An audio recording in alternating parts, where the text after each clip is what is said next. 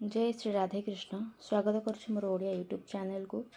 तो आज हम श्रीमद् भागवत गीतार दिव्यगान जोगर श्लोक नंबर 6 को आरंभ करवा। अजोपि सन्नव्यात्मा भूतानामि स्वरूपी सन् प्रकृति स्वामधिष्ठाय संभवात्म्यात्म माया। वर्तमान गोटे शब्दर अर्थ आम बुझा। अज अज जार जन्म नहीं, अपि जदिओ, सन होइथिबारु, अव्यय अव्यय आत्मा शरीर, भूतानाम जो माने जन्म होइछन्ति अर्थात समस्त जीव, ईश्वर परमेश्वर, अपि जदिओ, सन होइथिबारु, प्रकृति दिव्य रूप, स्वाम मोर अधिष्ठाय अधिष्ठित होई, संभवामि मु अवतीर्ण हुए, आत्म माया मोर अंतरंगा शक्ति साहाय्य। ये श्लोकर अर्थ होउछि जदिओ मु अज एवं मोर दिव्य शरीर कदापि क्षय हुए नहीं एवं जदिओ मु समस्त जीवों प्रभु तथापि मु मोर मौलिक दिव्य रूप से प्रतिकल्प अवतीर्ण हुए। यही श्लोकर भावार्थ को बुझा।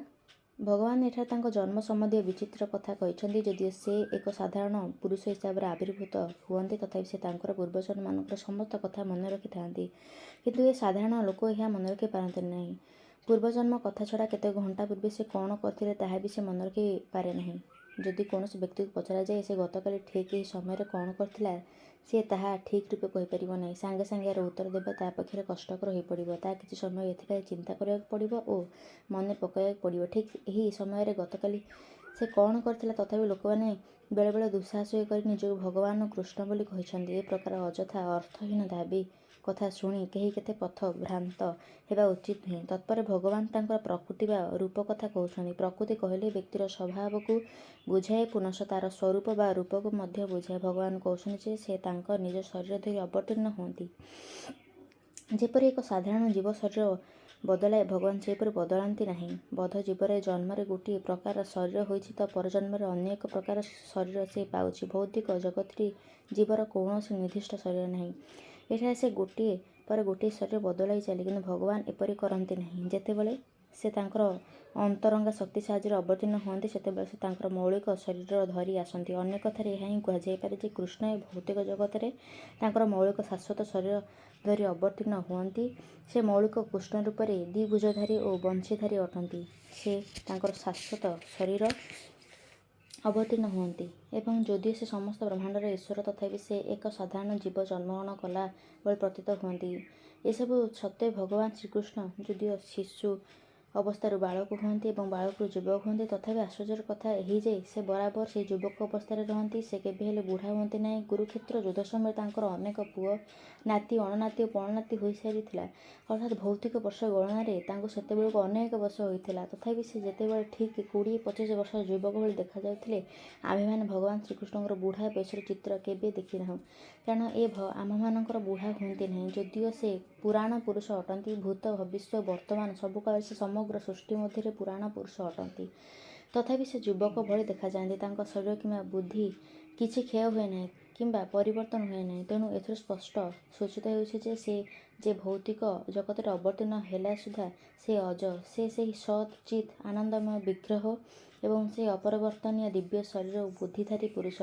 वास्तव में तांकर आविर्भाव और तिरोभाव ठीक सूर्यंकर उदय अस्त भली।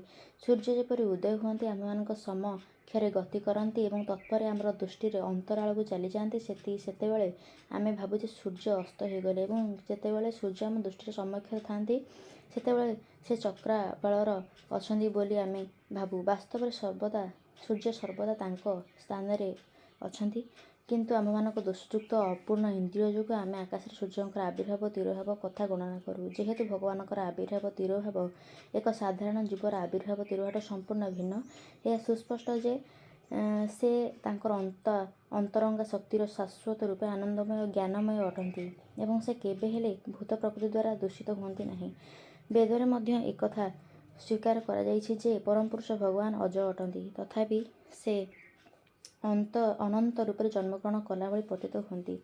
वैदिक साहित्य गुड़िक मध्य यह कहते जे जदि भगवान जन्मग्रहण कला परि प्रतीत हुअन्ति तथापि तांकर शरीर परिवर्तन हुए नहीं। भागवत वर्णना अछि जे तांको मातांकर सम्मुखरे चतुर्भुजधारी ଓ ଷଡ଼ୈଶ୍ୱର୍ଯ୍ୟ ପୂର୍ଣ୍ଣ ନାରାୟଣ ରୂପରେ ଆବିର୍ଭାବ ହେଲେ। ବିଶ୍ୱକୋଷ ଅଭିଧାନ ଅନୁଯାୟୀ ତାଙ୍କର ମୌଳିକ ଶାଶ୍ୱତ ରୂପରେ ଆବିର୍ଭାବ ତାଙ୍କର ଅହେତୁକୀ କୃପା ଅଟେ। ତାଙ୍କର ସମସ୍ତ ପୂର୍ଣ୍ଣ ଆବିର୍ଭାବ ତିରୋଭାବ କଥା ସେ ମନେ ରଖିଥାନ୍ତି। କିନ୍ତୁ ସେ ସାଧାରଣ ଜୀବ ଶରୀର ତ୍ୟାଗ କରି ଅନ୍ୟ ଶରୀର ଧାରଣ କଲାକ୍ଷଣି ସେ ତାଙ୍କର ପୂର୍ବଜନ୍ମର ସମସ୍ତ କଥା ଭୁଲିଯାଆନ୍ତି। ଭଗବାନ ସମସ୍ତ ଜୀବଙ୍କର ପ୍ରଭୁ। ସେ ଏକ ଧରାଧାମରେ ପ୍ରକଟିତ ହୋଇଥିବା ସମୟରେ ନାନା ପ୍ରକାର ଅସାଧାରଣ ଅତି ମାନବ ଲୀଳା ପ୍ରକାଶ କରନ୍ତି। ତେଣୁ ଭଗବାନ ସର୍ବଦା ସେ ଅଦ୍ୟ ଜ୍ଞାନ ଅଟନ୍ତି ଏବଂ ତାଙ୍କର ରୂପ ଓ ଆତ୍ମା ମଧ୍ୟରେ କୌଣସି ତଫାତ୍ ନଥାଏ। ତାଙ୍କର ରୂପ ଓ ଆତ୍ମା ଏକ ଓ ଅଭିନ୍ନ ଅଟନ୍ତି। ପୁନଶ୍ଚ ତାଙ୍କର ଗୁଣ ଓ ଶରୀର ମଧ୍ୟରେ କୌଣସି ପାର୍ଥକ୍ୟ ନଥାଏ। ବର୍ତ୍ତମାନ ଏହି ପ୍ରଶ୍ନ ଉଠିବାରେ ଭଗବାନ ଏ ଧରାଧାମରେ କାହିଁକି ଆବିର୍ଭୂତ ହୁଅନ୍ତି ଏବଂ ପୁଣି ତିରୋହିତ ହୁଅନ୍ତି, ଏହା ପରବର୍ତ୍ତୀ ଶ୍ଲୋକରେ ଆମେ ଆଲୋଚନା କରିବା। ଜୟ ଶ୍ରୀ ରାଧେ କୃଷ୍ଣ।